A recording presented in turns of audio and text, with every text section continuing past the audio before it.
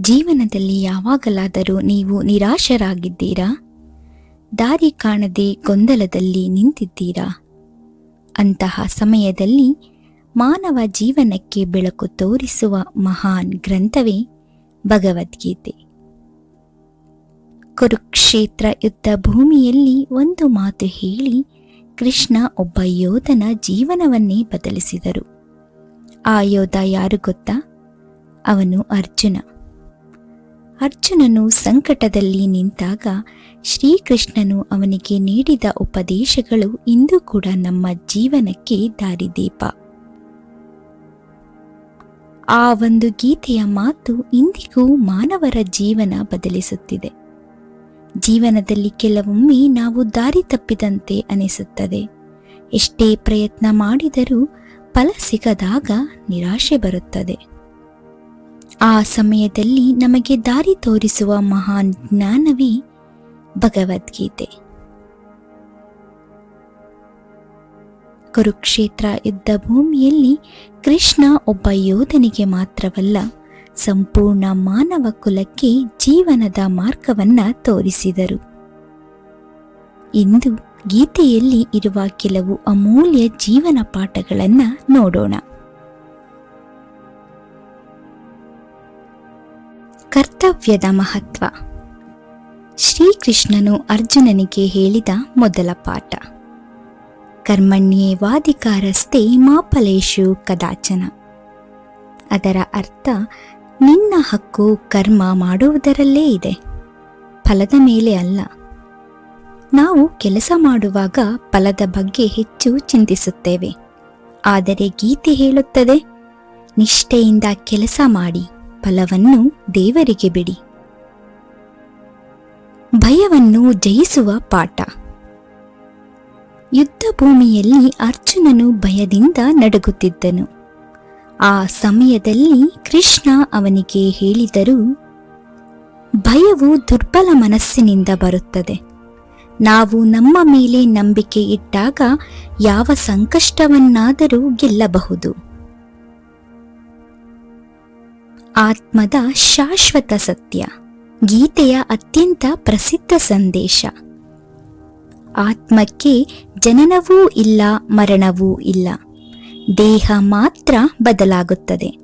ಆತ್ಮ ಎಂದಿಗೂ ನಾಶವಾಗುವುದಿಲ್ಲ. ಈ ಸತ್ಯವನ್ನು ಅರಿತಾಗ ಜೀವನದ ಭಯಗಳು ಕಡಿಮೆಯಾಗುತ್ತದೆ.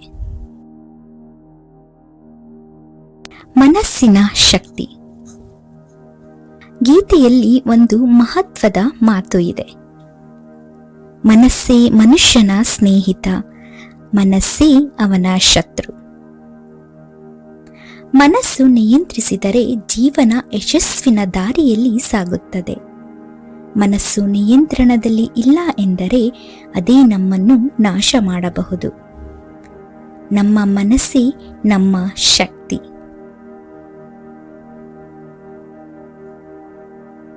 ಕಾಮ, ಕ್ರೋಧ, ಲೋಭ.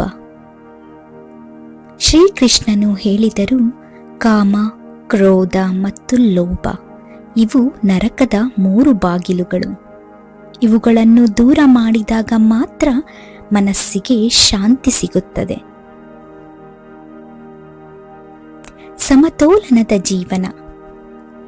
ಗೀತೆಯಲ್ಲಿ ಹೇಳಲಾಗಿದೆ, ಅತಿಯಾಗಿ ತಿನ್ನುವುದೂ ತಪ್ಪು, ಅತಿಯಾಗಿ ಉಪವಾಸ ಮಾಡುವುದೂ ಕೂಡ ತಪ್ಪು, ಅತಿಯಾಗಿ ನಿದ್ರೆ ಮಾಡುವುದೂ ತಪ್ಪು, ನಿದ್ರೆ ಮಾಡದೇ ಇರುವುದೂ ಕೂಡ ತಪ್ಪು.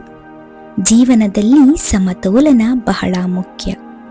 ಯಾವುದು ಅತಿಯಾಗಿಯೂ ಮಾಡಬಾರದು, ಕಡಿಮೆಯೂ ಮಾಡಬಾರದು.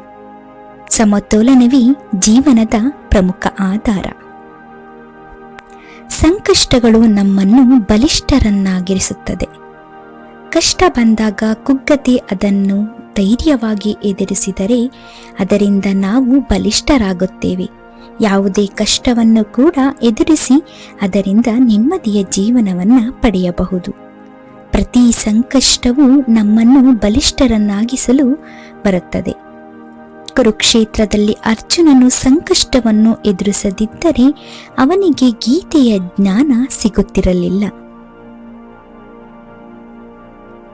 ನಿಜವಾದ ಶಾಂತಿ.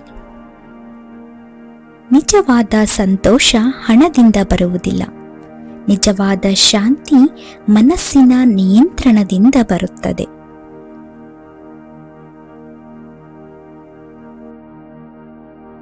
ಭಕ್ತಿ ಮತ್ತು ವಿಶ್ವಾಸ.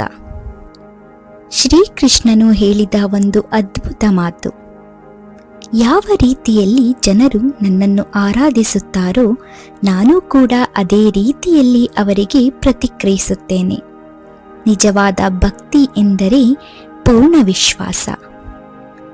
ನಂಬಿಕೆ ಎನ್ನುವುದು ವಿಚಿತ್ರವಾದರೂ ಅದೇ ಸತ್ಯ.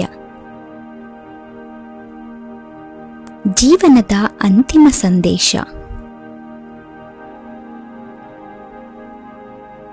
ಗೀತೆಯ ಅತ್ಯಂತ ಪ್ರಸಿದ್ಧ ಮಾತು: ಸರ್ವಧರ್ಮಾನ್ ಪರಿತ್ಯಜ್ಯ ಮಾಮೇಕಂ ಶರಣಂ ವ್ರಜ. ಅದರ ಅರ್ಥ, ಎಲ್ಲವನ್ನು ಬಿಟ್ಟು ನನ್ನಲ್ಲಿ ಶರಣಾಗು, ನಾನು ನಿನ್ನನ್ನು ಎಲ್ಲ ಪಾಪಗಳಿಂದ ರಕ್ಷಿಸುತ್ತೇನೆ. ಕೃಷ್ಣಂ ವಂದೇ ಜಗದ್ಗುರು.